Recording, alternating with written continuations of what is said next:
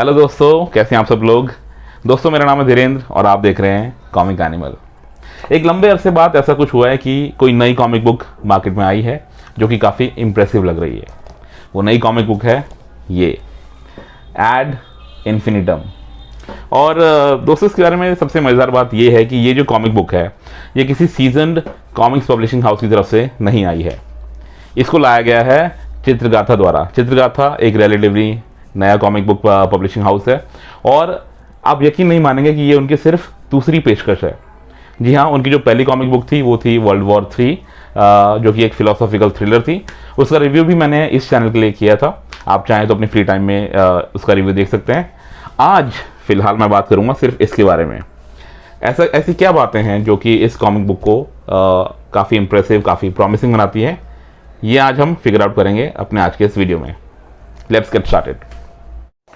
चलिए दोस्तों, क्विकली बात करेंगे इस कॉमिक बुक की बाहरी रूपरेखा की। ये इसका कवर आर्ट है और ये इसका बैक कवर। और क्रिएटिव टीम मेंबर्स के बारे में अगर हम बात करें तो मैं सबसे पहले बात करना चाहूँगा कवर आर्ट बनाने वाले कायो पिगाडो और रेनन लिनो के बारे में। जी हाँ, बहुत ही शानदार कवर आर्ट बनाया इन्होंने। इस लड़के की जो रिफ्लेक्शन आपको दिख रही है मिरर में, ये एंडलेस रिफ्लेक्शन जो है, इससे बेहतर रेंडिशन नहीं हो सकती है एड इन्फिनिटम की। और क्विकली हम टीम मेंबर्स के बारे में बात करेंगे तो स्टोरी है प्रतीक भट्टाचार्य की। स्क्रिप्टिंग में उनका साथ निभाया है अश्विन कलमाने जी ने। आर्टवर्क है पुनीत शुक्ला का। इंकिंग है विवेक शाश्वत की। कलरिंग है नवल थानावाला और हरेंद्र सिंह सैनी की। लेटरिंग और डिज़ाइन का काम देखा है रविराज आहूजा ने। चीफ एडिटर है अनादि अभिलाष और टाइटल डिज़ाइन का काम देखा है विपिन सिंह और पुनीत शुक्ला ने। कार्टून पेज बनाया स्पेशली ऋषिकेश सुराटकर ने और बहुत ही अच्छा काम किया उन्होंने उस एक पेज में भी। दोस्तों, कहानी के बारे में बात करूंगा और कहानी बहुत ही इंटरेस्टिंग है, बट उससे पहले मैं आपको बता दूं कि इस टाइटल का मतलब क्या होता है। So this ad infinitum is basically a Latin phrase which means to infinity और फॉर एवर। जैसे कहते हैं ना कि कोई चीज़ जो अनंत हो, जिसकी कोई सीमा ना हो, जो अंतहीन हो। So that exactly. So this comic book is this belongs to a science fiction genre. और इसका जो नैरेटिव है उसका ताना बाना कुछ इस तरह से बुना गया है कि ये आपको सोचने पर मजबूर कर देता है। मतलब अगर आप if you are someone who believes in science, तो ये कहानी कुछ ऐसी है कि आपको उस मोड़ पर लाके खड़ा कर देगी कि आप साइंस की सीमाओं के भीतर रहते हुए भी नई संभावनाओं को सोचने लगते हैं कि क्या ये भी पॉसिबल है, मतलब साइंस के दायरे में रहते हुए भी। That's why I mean this genre is called science fiction. ये मिला जुला रूप है दोनों का। तो ऐसा कुछ मतलब आपको फील आने लगता है कि आप परपेचुअली अपने आप को एक ऐसी सिचुएशन में पाते हैं कि जहाँ पर आप रियलिटी और फिक्शन के बीच में भेद नहीं कर पाते हैं। This story is all about time travel. Prateek Bhattacharya जो कि इस कॉमिक बुक के राइटर हैं, उनका ये कहना है कि द ट्रायंगल और प्राइमर नाम से जो मूवीज आई थी उसने उनको इंस्पायर किया इस कॉमिक बुक का प्लॉट सोचने के लिए। लेकिन जब मैं इस कॉमिक बुक को पढ़ने बैठा तो मुझे काफ़ी स्ट्रॉन्ग इम्प्रेशंस नज़र आए। एक बहुत ही पॉपुलर वेब सीरीज़ आई थी 2017 में, डार्क नाम से, नेटफ्लिक्स पे अगर आपको याद होगा तो this was basically a very popular German web series जिसमें टाइम ट्रेवल के बारे में बताया गया है। इसकी कहानी भी काफ़ी हद तक वैसी है। ऑफ कोर्स प्लॉट मतलब कैरेक्टर्स और प्लॉट का जो फ्लो है वो डिफरेंट है, बट एक चीज़ जो कॉन्स्टेंट है वो है टाइम ट्रैवल। इस कॉमिक बुक में भी आप कैरेक्टर्स को फंसा हुआ पाते हैं एक लूप में जो कि क्रिएट किया हुआ है टाइम और स्पेस द्वारा।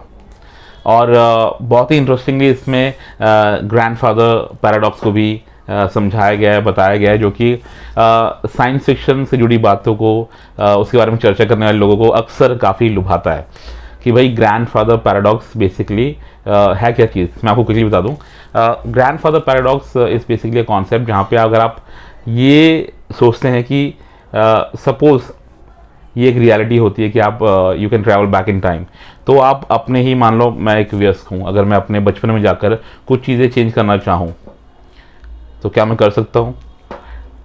सुनने में काफ़ी मतलब टेम्पटिंग लगता है, लेकिन अगर आप एक्चुअली में उसको सोचें कि आप पास्ट में चले तो गए हैं और आपने अपने बचपन वाले किरदार के साथ कुछ छेड़छाड़ करा, तो उसका कॉज एंड इफेक्ट भी तो होगा और उसका एक चेन रिएक्शन होगा। सो सिर्फ अगर आप सिर्फ एक चीज़ को चेंज करने के लिए अपने पास्ट में जाते हैं तो ज़रूरी नहीं कि सिर्फ वही चीज़ चेंज होगी, it will lead to many other things which in some cases might be a question mark, might put a question mark on your existence. मैं आपको एक एग्जांपल क्विकली दे दूं। अगर मान लो मैं पास्ट में जाके अपने ग्रेट ग्रैंडफादर को उनका मर्डर करने का सोचता हूँ, तो अगर मैंने उनका मर्डर कर दिया पास्ट में जाके, तो उनके बाद जो मेरे ग्रैंडफादर और फादर ने आना था वो तो नहीं आ पाएंगे, और वो नहीं होंगे तो फिर मेरा एग्जिस्टेंस भी नहीं होगा। सो मैं इस एज की कॉन्शियसनेस में से निकल कर टाइम ट्रैवल करके पास्ट में जाता हूँ, तो I might get stuck in that loop, क्योंकि फिर मेरा ये वजूद भी नहीं होगा अगर मेरे ग्रेट ग्रैंडफादर का नहीं हुआ तो। समझ रहे हैं? So this is what we know as the grandfather paradox. और आगे बढ़ते हैं, आर्ट के बारे में बात करते हैं। तो दोस्तों बात करेंगे अब हम आर्टवर्क की, और आर्टवर्क का काम इस कॉमिक बुक में किया है पुनीत शुक्ला ने, और बेहद शानदार काम किया है। उन्होंने काफ़ी अच्छे तरीके से जो कहानी है उसका चित्रण किया है। ये मैं इसलिए कह रहा हूँ क्योंकि टाइम ट्रैवल से जुड़े हुए जो नैरेटिव्स होते हैं उनको रुपहले पर्दे पर दिखाना तो फिर भी आसान होता है, पर एक कॉमिक बुक में आर्टवर्क के माध्यम से टाइम ट्रैवल से जुड़ी कहानी को कहना बहुत ही चैलेंजिंग हो जाता है। बट पुनीत ने एक काम बखूबी किया है। मैं ये तो नहीं कहूँगा कि आर्टवर्क बहुत ही एक्सेम्पलरी है, बहुत ही शानदार है, बट जिस हिसाब से कॉम्प्लेक्स स्टोरी लाइन थी उसमें उस स्टोरी की सीरियसनेस को, प्लॉट में जो कन्फ्यूजन बार बार क्रिएट होता है उसको, और प्लॉट की पेस को मतलब बहुत सही तरीके से तालमेल बिठाते हुए दिखाया गया है। तो ये मुझे बहुत ही इंप्रेसिव लगा। कैरेक्टर्स को इस तरह से दिखाना कि स्टोरी की कंटिन्यूटी और पेस पे कोई इम्पैक्ट ना पड़े, ये वाकई में बहुत बड़ी बात है। ऋषिकेश सुराटकर का बनाया हुआ एक कार्टून पेज भी इसमें है, जिसकी मैं खास तौर पर चर्चा करना चाहूँगा। बहुत ही अच्छा बन पड़ा है और ओवरऑल बहुत अच्छा आर्टवर्क है। चलिए दोस्तों, अब जल्दी से मैं आप लोगों को अपने कुछ चुनिंदा फेवरेट पैनल सिखा दूं। तो पहला तो ये पेज मुझे काफ़ी पसंद आया। इसमें बाथटब में एक कैरेक्टर है जो कि बैठा हुआ है, वो एक परछाई देखते हैं सामने से कोई व्यक्ति आ रहा है। दूसरे पैनल में वो व्यक्ति उसका गला घोट के उसको मारने की कोशिश करता है, और थर्ड पैनल में वो बंदा डेड बॉडी एकदम फ्लोट करती है बाथटब में, तो वो दिखाया गया है। और इसके तुरंत बाद ये वाला पेज नहीं, इसके पहले इसके तुरंत बाद जो पेज होता है जब बाथटब में वो लड़का मर चुका है, उसकी बॉडी फ्लोट कर रही है, और बगल में वो जो दूसरा कैरेक्टर है वो बैठा हुआ है, कुछ सोच रहा है। काफ़ी अच्छा लगा मुझे। और यहाँ पे एक ये फुल पेज का एक पैनल है जिसमें दो कैरेक्टर्स आपस में बात कर रहे हैं, और सडनली इस कॉन्वर्सेशन के दौरान ऐसा कुछ रिवील होता है कि लड़का चौंक जाता है।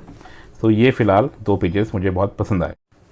चलिए क्विकली बात करते हैं साइज़, प्राइस, पेजेस और नॉवेल्टी की। तो साइज़ कंपैरिजन के लिए मैंने बुलसाई कॉमिक्स की एक कॉपी ले ली है, और जो उनका स्टैंडर्ड साइज़ है वही साइज़ एड इन्फिनिटम का भी है। और प्राइस की बात करें तो मेरे पास इंग्लिश वेरिएंट है, इसकी कीमत है 301 रुपये, और इनफैक्ट हिंदी वेरिएंट की भी सेम ही प्राइसिंग है। पेजेस की बात करें तो टोटल 44 पेजेस की स्टोरी लाइन है, और नॉवेल्टी कुछ भी नहीं है इसके साथ, बिल्कुल भी नहीं है। दोस्तों फाइनल वर्डिक्ट के बारे में बात करेंगे तो चित्रगाथा कॉमिक की ये जो पेशकश है ये वाकई में काबिल तारीफ़ है। सबसे मजबूत पक्ष में अगर कहूँ इस कॉमिक बुक का कोई है तो वो है इसकी कहानी, और उस कहानी को बहुत ही अच्छी तरह से सपोर्ट किया है इस कॉमिक बुक के आर्टवर्क ने। अगर पिछली कॉमिक बुक से मैं इसको कंपेयर करूँ, चित्रगाथा की ही जो वर्ल्ड वॉर 3 आई थी, जो उसकी फर्स्ट एवर कॉमिक बुक थी, उसके कंपैरिजन में आर्टवर्क में काफ़ी इंप्रूवमेंट हुआ है। यहाँ पर अच्छी स्टोरी लाइन तो है ही, आर्टवर्क भी डिसेंट है। I will not say that the artwork is exceptional, but कहानी का प्लॉट की जो मांग थी उसके हिसाब से बहुत अच्छा डिलीवर किया है, मुझे बहुत पसंद आया। A big shout out to Chitragatha team, आप लोग बहुत अच्छा काम कर रहे हैं। सबसे अच्छी बात मेरे को आपकी ये लगी कि ये सिर्फ आपकी दूसरी कॉमिक बुक है, और जिस मैच्योरिटी के साथ आप अपने टाइटल्स लेकर आ रहे हैं ये लीग से थोड़ा हट कर है। आई मीन जो रूटीन स्टफ हम लोग देखते हैं कि सुपर हीरो और विलेन से भरपूर एक दुनिया है, तो उससे हटकर आप कुछ डिफरेंट टॉपिक्स के ऊपर कॉमिक बुक ला रहे हैं, जो कि बहुत अच्छी पहल है।